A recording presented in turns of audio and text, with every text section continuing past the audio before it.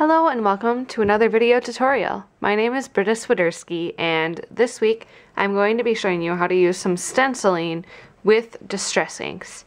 And this is something I've really gotten into stencils lately, and I especially really like the Crafters Workshop ones because they come in so many fun patterns.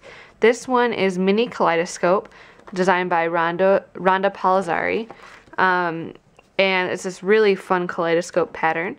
And I'm going to be inking onto this new letterpress paper from Hero Hues, just to see how it kind of takes the ink and to play with it a little bit. You can get this in white and then also in cream, and I thought it'd be kind of fun to play with today.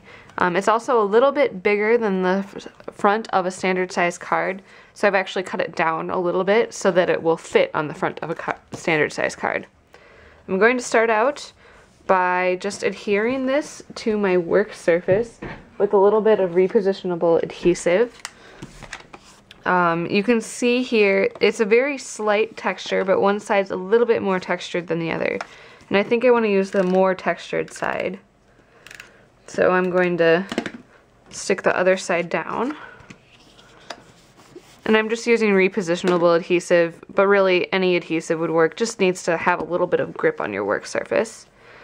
And then I'm going to tape my stencil down to my work surface with a little bit of washi tape. Which, once again, you could just hold this down and stencil, or you can tape it down. It doesn't really matter, it's personal preference. I'm going to be using some orangey reds today. So my lightest color will be dried marigold, then spiced marmalade, then ripe persimmon, and then festive berries. And I'm going to start out with my lightest color and then work darker. So I'm just going to work from one corner to another to create kind of a fun diagonal pattern. And just dab directly on top of my stencil. So you don't need to swoosh it around or anything. The stencil itself acts as enough barrier so you don't get any harsh lines.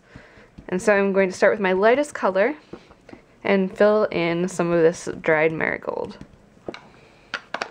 Next I'll use some spiced marmalade. And then next we'll use the ripe persimmon. And then last, the festive berries.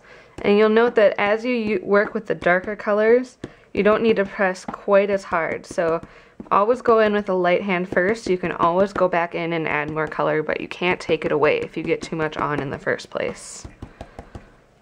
So now we have this really fun gradient look, and it's going to look even cooler once we pull off the stencil. Ooh, pretty.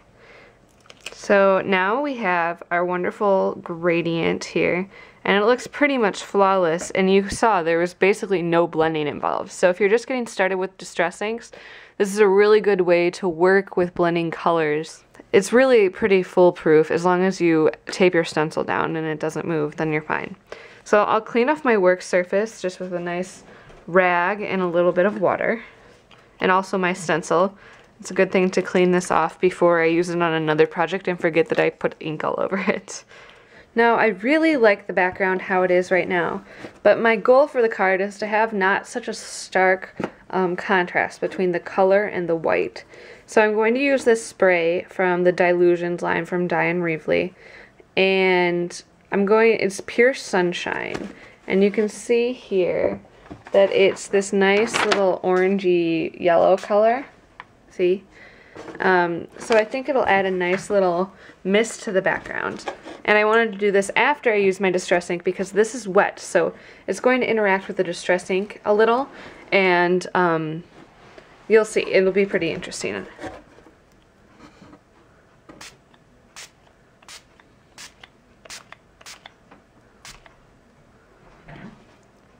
So there we have a little bit of interaction, and I'm spraying the majority of my sprays from the darker corner so that it really emphasizes that gradient. And so you see now we have a completely different look that's also really exciting, but isn't quite as stark contrast between the white and the color. I'll just let this dry for a few minutes and then we'll be ready to assemble our card. So our background's almost dry, and I'm going to prepare our little card base for it. So I'm going to use this cornflower ink from Hero Arts, their shadow ink. And I haven't really used this ink yet, but I know I really like the color. It's a nice kind of deep periwinkle. And it'll go really well on this light blue note card. This is also from Hero Arts, their C collection of papers, their blue ones. And I think the blue will provide a really nice balance for the orange because it's the opposite color on the color wheel. So I'm just going to flip my card onto my background after I have the stamp inked up. And then put a little piece of scratch paper over it to help me press everything down. And then you can see we have this really great tone-on-tone pattern. And this stamp is the envelope liner background, by the way. It's a really nice kind of neutral, but still adds a lot of texture. For my sentiment, I want to use this set from Simon Says Stamp. It's the Flower Friend clear stamp set. And I'm going to use this thank you so much. So I think this card would really be good for either a girl or a guy. It doesn't matter because we're using a really gender neutral color scheme. And it's not like we're using any flowers or, you know, pink.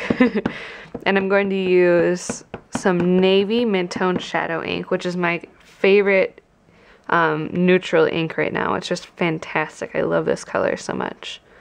I'm going to stamp it on this piece of paper that's just wide enough for the sentiment. It's about 2 1/4 inch wide. And then I want to wrap some twine around. This is lawn trimmings from Lawn Fawn. It's their lime color baker's hemp. And I just love this stuff so much because it really holds its shape so well when you tie it in a bow. So I'm going to wrap it around like 3 times. And then simply tie it in a little bow. And now I can arrange my twine how I want it to look so that everything's, you know, overlapping and just how I want it. Then I'm going to cut a banner end into this part. So now I can start putting everything together. I'm going to use some foam adhesive because this will really help keep even the background, even though it's warping just a little bit, it'll help keep the background nice and straight and steady. So now for our finishing touches, I think I'm going to add some Hero Hues gemstones on here. I'm just going to cut them apart using my X-Acto knife. These are my very favorite gems because, I mean, just look how many come on the sheet. Now that I've added my gems on, I think that added the perfect finishing touch. And I just love all of the texture that's on this card. My final review of the Hero Arts paper is that it's really fun. It absorbed a lot of the color, a lot of like watercolor paper, but it's a lot smoother. So it's kind of a really good in-between between like the Nina Solar White that I usually use and then of course the watercolor paper, which is always awesome with misting, but is not quite as smooth, so it doesn't take distress ink quite as evenly. So I think this is a really great in-between and I really enjoy it and I'll definitely be using more of it. For the full list of supplies that I used in this video, please check out the description below. There's always a link to the supplies used. And then check out my blog post for more information on this card, also listed down in the description below. Thank you so much for watching. If you have any questions, make sure to ask them in the comments. And I will see you again next time on another video tutorial.